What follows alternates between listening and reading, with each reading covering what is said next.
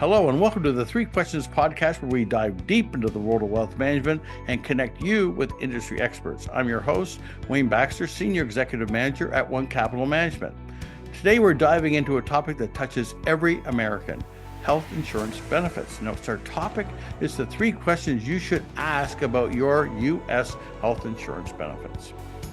Thank you for taking time to check us out. And if you enjoyed this episode of the Three Questions podcast, please consider liking this video and subscribing to our podcast and YouTube channel. According to the Peter G. Peterson Foundation, in 2023, U.S. healthcare costs averaged $13,493 per person. And the Census Bureau's 2024 report states that there are, if you can imagine this, nearly 27 million uninsured Americans here in the U.S. I think it's fair to say that choosing the right healthcare coverage and knowing how to use it, and that's the last part is important, knowing how to use it, can protect your health and your finances. Think about this. A single uncovered medical event could derail years of careful financial planning. I remember being in Canada, friends of mine telling me, if you don't have a good healthcare program in the US, it could bankrupt you. So think about that for a minute.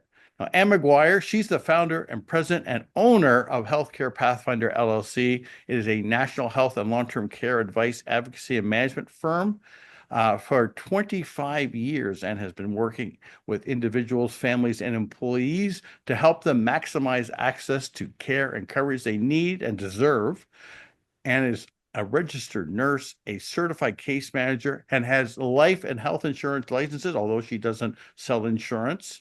So I ask you this: who better to have on the podcast to discuss our topic, which is three questions you should ask about your U.S. health insurance?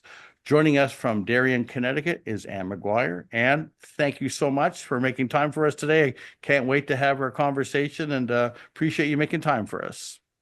Thank you, Wayne. So nice to be here. Yeah, Looking forward to yeah. lots of information. Yeah, oh boy. I will confide completely, under oath or not, that the U.S. healthcare system as a Canadian is like a black box a bit. I was very thankful. It was an actual conversation I had with a colleague of mine before we moved down here. He said, Wayne, if you don't have a good healthcare system, it could bankrupt you.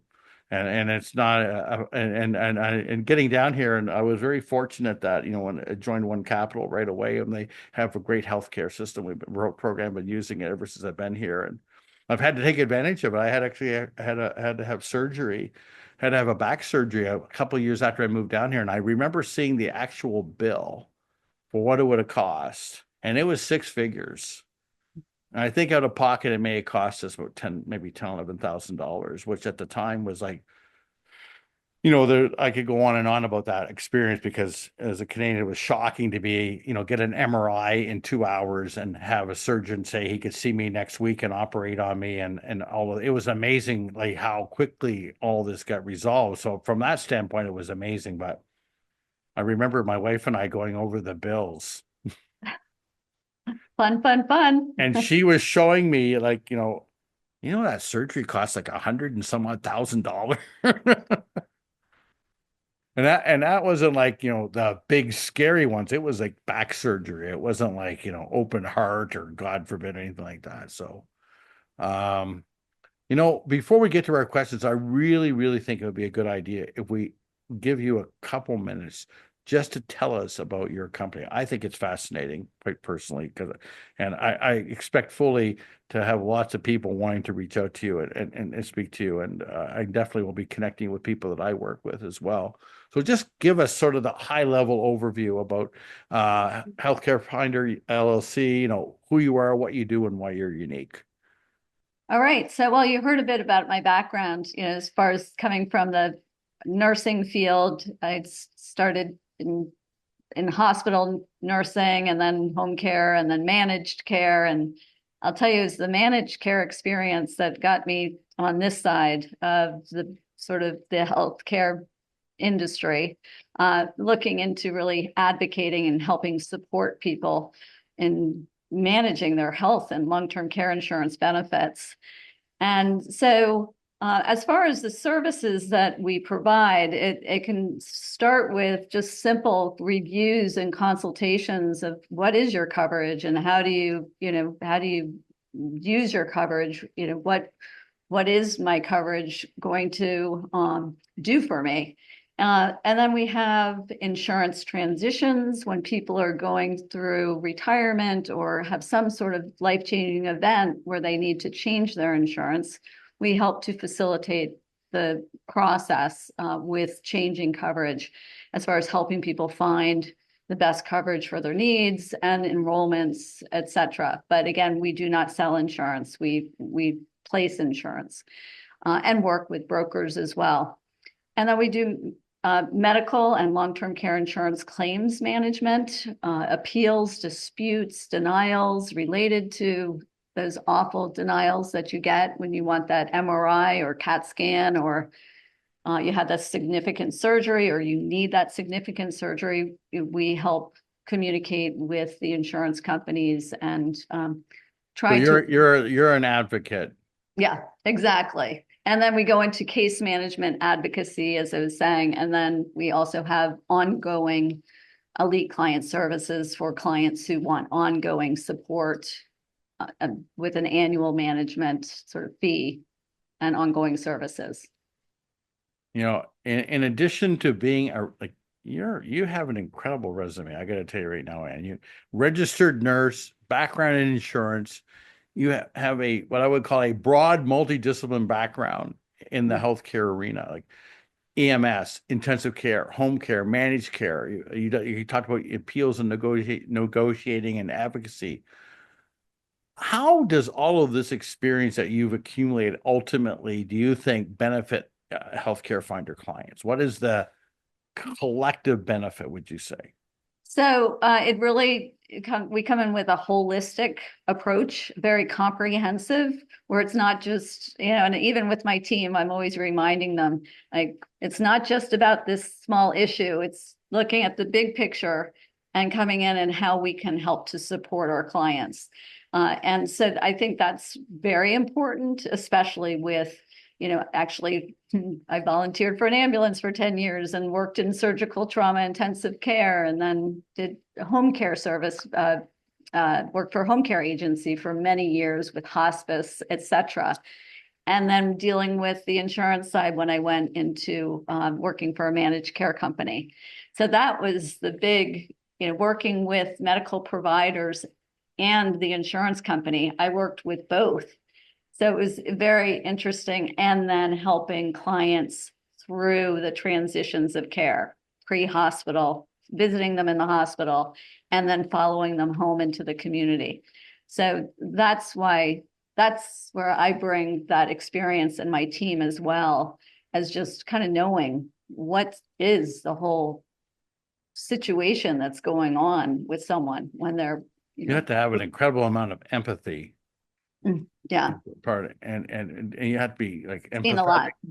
empathetic, and also dispassionate too, because sometimes you have to, be kind of direct as to what the reality is with their health and with their coverage, and it's Sure.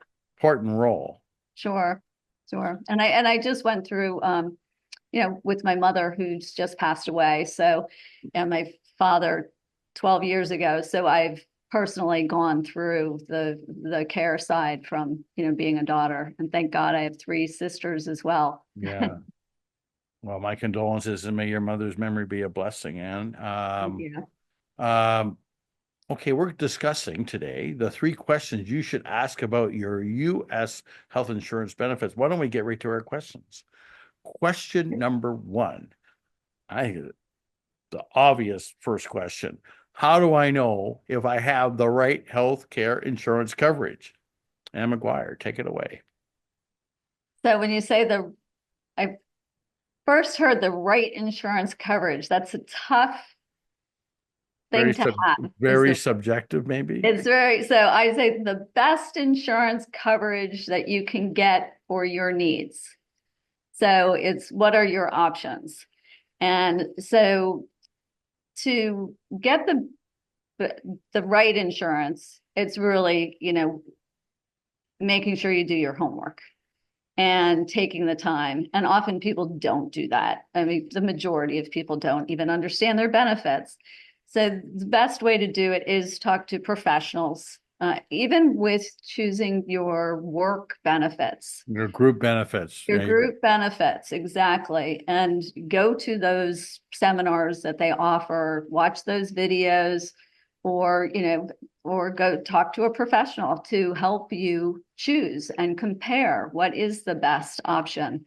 And another area is that we, as I said before, we really focus with people, with working with people who are going through life-changing events. So there's so many different situations where you have an opportunity to potentially change your benefits, and that's if you're changing a job or if you are going through a divorce, that's really important for you to be thinking before you go through that divorce. What are you losing, and kind of looking at what are they going to be the options going forward? What are those choices? And what are your costs going to be? You So, know, I was just thinking about the other example I have, and I'm sorry to interrupt. I just was you inspired me there for in that.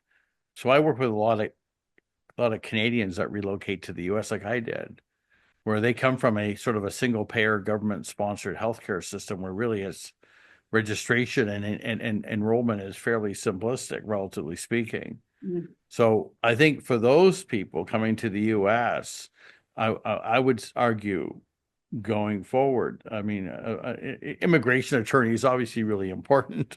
Tax advisor, really important. Talking to a financial advisor and all of that. But I would put talking to a healthcare consultant like yourself up there on the list of things that you would want to do in preparation for a relocation.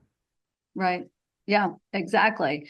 Well, because people who do come from outside of the United States, they just are sort of hands up, like, what a Yeah, mess. this is me. This is me. Well, and I always say they always say we want options, but there's too many options in Right. many cases. And the numbers are so different as far as the premiums are concerned, maybe, but the benefits are all so different. And what's going to be your experience? And so often people go into it looking more at the premiums and the cost and not focusing on the benefits and what's the experience you're looking to get. Do you have significant health issues, or are you very healthy? And what can you get your coverage through your employer? There's so many different, or individual marketplace, or can you get private insurance? So there's just so many different options. In And network, out of network, HMO, PPO. I mean, it's just to scratch the surface and exactly. Yes. what's Yes. the best for me. Just before we get on to our next question, based on your experience and vast experience, I should say, what are the most common gaps in health insurance coverage that people overlook? And I guess as a follow-up to how can they, spot them before it's too late? Well, I would say it's is knowing what the network is and what doctors and hospitals are in network. So, for example, if someone lives in New York City and they're going, maybe they've decided to retire early and they're not eligible for Medicare yet, it's HMO only. So the networks are very restricted. And even the hospitals, if you go, there's so many different insurance companies, Aetna, United Healthcare and Cigna, or just examples. But maybe one would cover 3 hospitals in New York. Another one may cover 5. And a great example is Sloan Kettering, one of the most famous cancer treatment centers in the country. They don't even accept individual health insurance plans. So you really have to think about, sometimes it's like, well, what state should I move to? So I would say network is the biggest thing. And it's very important, especially when people are choosing to go on Medicare Advantage versus original Medicare, because those are very restricted as far as what skilled rehab you go to and things of that sort. So I would say network is one of the most significant. And then the other one is prescription drug coverage. And again, that's more probably a Medicare side, but it's very important to look at that when you're choosing plans. And that's why it's a good thing to have an expert like yourself that you can, this is to me, like I say, there's a lot of different aspects of overall wealth management, but I don't view this as a do-it-yourself exercise. That's my personal opinion. Okay, so let's go on to second question, Anne. Mhm. And this is obviously a very important one. What do I do if I have a significant health event? And we can imagine a number of examples of that, but we'll leave it open to a broad description for now. How would you respond to that question? Well, and it does depend on the significant event, but Think I will, heart I will attack would start be a with, common significant health yeah, event. exactly. I would say, or a horrible car accident or You're anything. reading my mind. Exactly. It was number Yeah. two. So you have, that first situation, obviously, you're going to, call 911 and do all of that. Don't call your insurance company first. But don't just jump into doing things and, going and hiring all sorts of private people or going to different providers. You should really call your insurance company, read your benefits, understand how things work before you just start jumping into different types of care.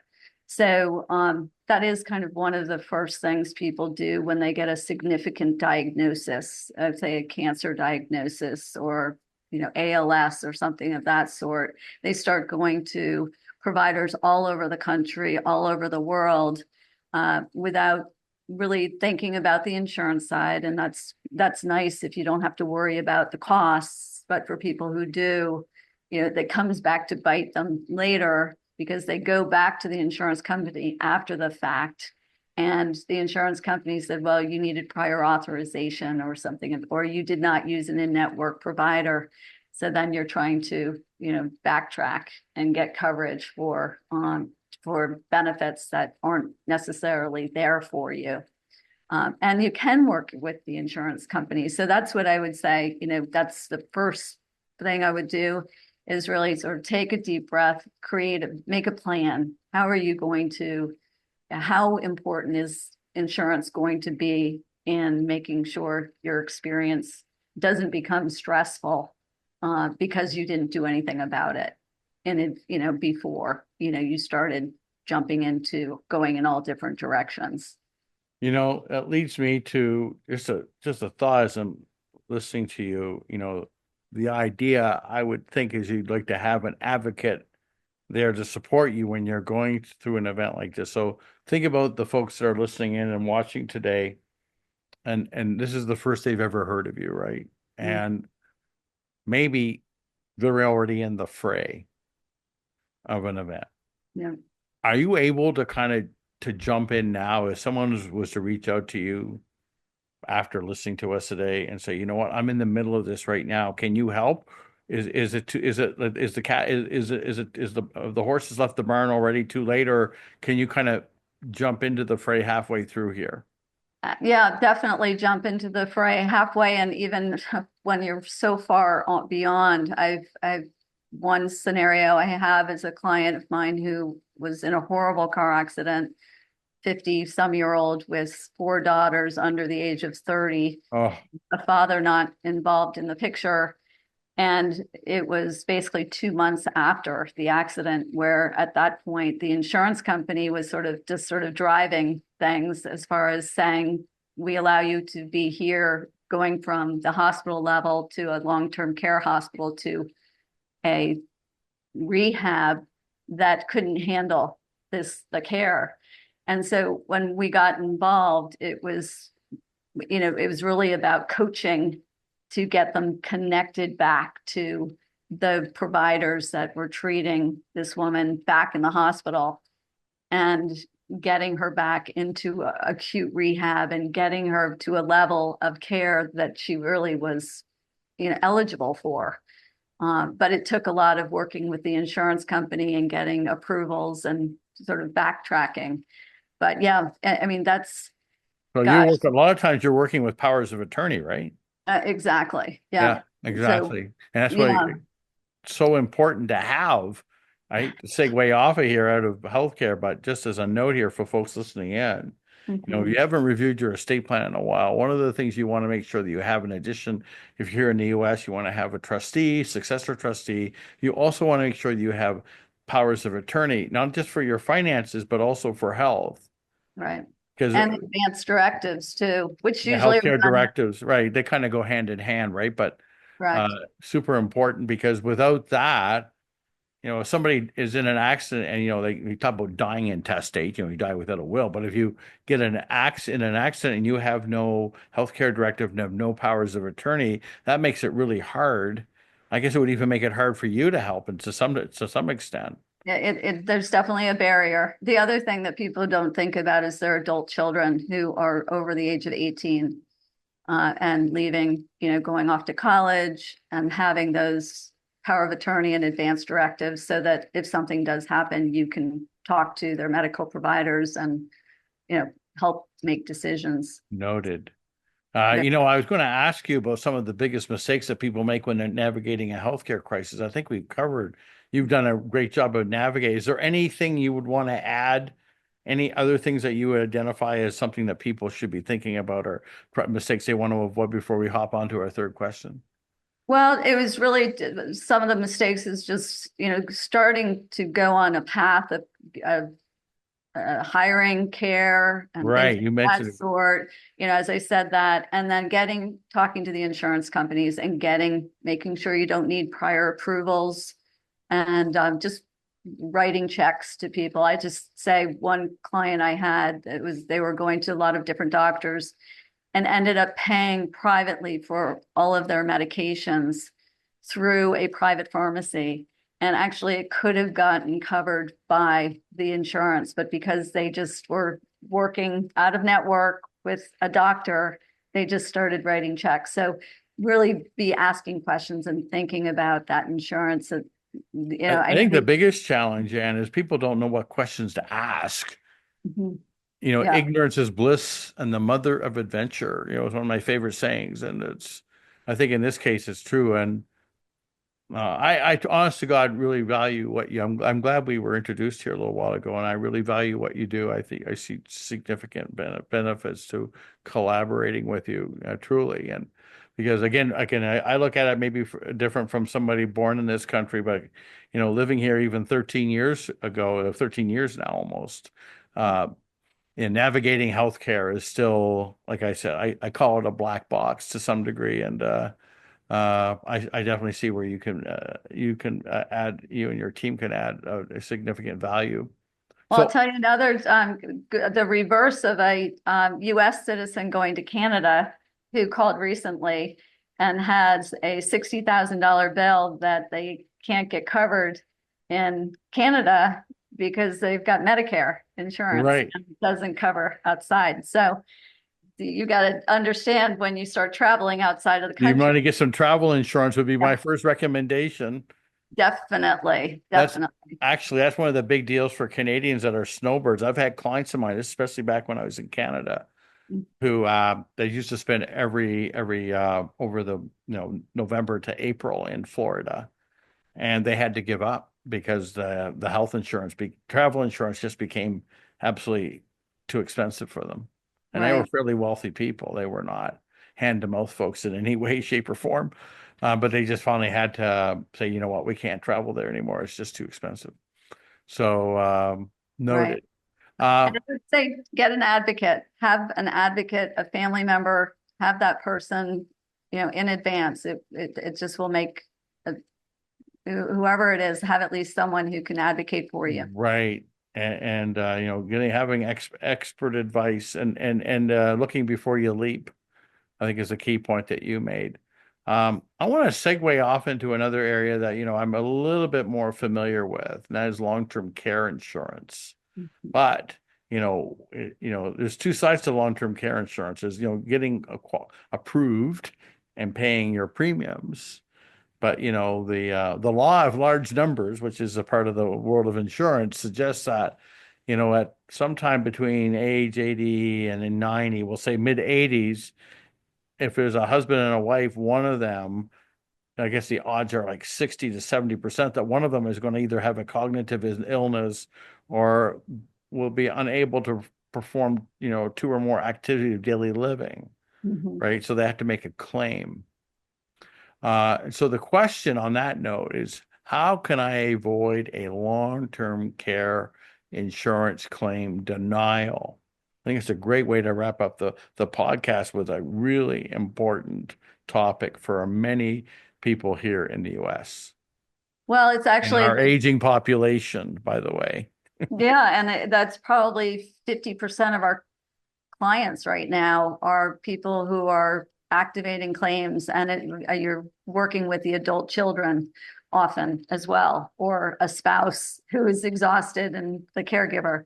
So I would Hmm. say ways to avoid, first of all, you got to understand your benefits. You got to read that policy and call the insurance company and ask questions or hire someone to review it and help you understand. Some of my most recent clients have come to me not understanding their benefits and very frustrated and angry because they can't understand why they're getting denied. So it's reviewing, as I said, review the policy, understand the benefits. If not, you need to call the insurance company. But even calling the insurance company, I've done it with clients, and they don't answer the questions the same way to a client as they do a professional. So if you have a broker that you work with or someone of that sort, someone to speak to the insurance company on your behalf or your family's behalf is helpful. You want to ask how to file a claim, find out what is needed, all the documents. There's different ways. All the insurance companies have different expectations of how to do it. Some will have an assessment, a nurse come out and do an Hmm. assessment in the home before they even have you send in information. You should always have a family member or someone professional, a nurse, care manager, someone on the phone to be there with that family member. Do not have them have that assessment without someone there with them, because that's really, uh, that's a denial right there. Keep track of all the care provided, uh, notes, the expenses, any payments, keep track of all of that. And then, as I said, you want to be making sure you submit the claim properly. If people do it piecemeal, they just will start kind of closing out claims. If you start something, you don't finish it, they'll close it out, and you have to start it over again. Very frustrating. And that's what I would say. Those are the ways to avoid the denial. Well, I think you already just said, these denials are a growing concern because of the fact that we are, as I said earlier, we're dealing with an aging population. Um, I think you did a really good job of just sort of outlining the steps, but I'll give you you know, another I just situation. want to know if there's any last sort of thing on that long-term care space that you would add. Yes. So, cognitive impairment and dementia is sort of, you've got different levels of getting approved for Hmm. claim. You have someone who needs assistance with activities of daily living, which is Right. dressing, bathing, transferring, toileting, things of that sort. Then you have the cognitive side. So I'm dealing with a client right now, and the father um, has he has dementia, but he has mild cognitive impairment versus his policy says he has to have severe cognitive impairment. So the family is taking care of this family member who does have dementia, and he is at risk of hurting himself, but his policy does not qualify that as eligibility for benefits. That's very frustrating. I was going to ask you if you have any statistics or even just personal experience on this. are when it comes to, if we break it down between the ADLs, activities of daily living, and the cognitive issues, which do you have you found are harder when it comes to, or what is the ones that seem to get more denials? Is there a sort of one over the other, or It's the cognitive, because some of the policies are very clear on the tests that have to be that they have to complete with going to a neurologist, and they'll even list the tests that have to be done. Some policies just say cognitive impairment. So it depends. But I would say cognitive is more difficult. And because that's where ADLs are pretty black and white. You either can dress or cannot dress yourself to some, like, and I'm using an example. You either can bathe or not, or like it's kind of, these are rather easy to prove, but I guess with the cognitive part, it becomes a lot more subjective. And again, you talked about the wording of the policy. Uh, right. And that's where I'll come in, especially with my nursing background, and really looking into deeper how to be proving in other ways the need for this person to be safe and the need to be living in an assisted living community and having check-ins and just sort of how to support this person to be living safely alone, things of that sort, and getting physicians to write detailed notes and write care plans to support the policy. But nowadays, I'll be honest, they'll even just deny things right away. Just it's sort of like the healthcare claims. They just deny it, and then if you don't appeal it, then they're happy you don't appeal it. But if you go so, from so the message I'm hearing here is that if you haven't already hired you to be on a regular sort of retainer to review annual health group health benefits, if a health event like we've described, or health events like we've described occur, and I'm saying this, you'll be one of the first people somebody should call, or someone who does what you do, which I don't know there's that many people. But I think I'm sitting here just thinking of myself, myself, my wife, my kids. I think you'd be one of the first people I would call and say, "Here's what we got going on. What should we do?" As trying to navigate it myself. That's my assessment. yeah, that's what we're here for. And before we wrap up, like I said, you had 25 years of experience, and you could spin people around so fast in circles, you could set them on fire with what your experience, what you know. Uh, if there's one piece of advice you would give to someone to take control of their health insurance benefits today, what would it be? If there's one sort of tip you would say, what would you kind of leave us with before we wrap up? Well, put it in three. We say be aware, prepared, and proactive. Be aware, Is prepare, proactive. so that's really if you're doing that, it's just going to decrease the stress. It's being aware of what your coverage is. Be prepared. What do you need to do when you're traveling or if something happens?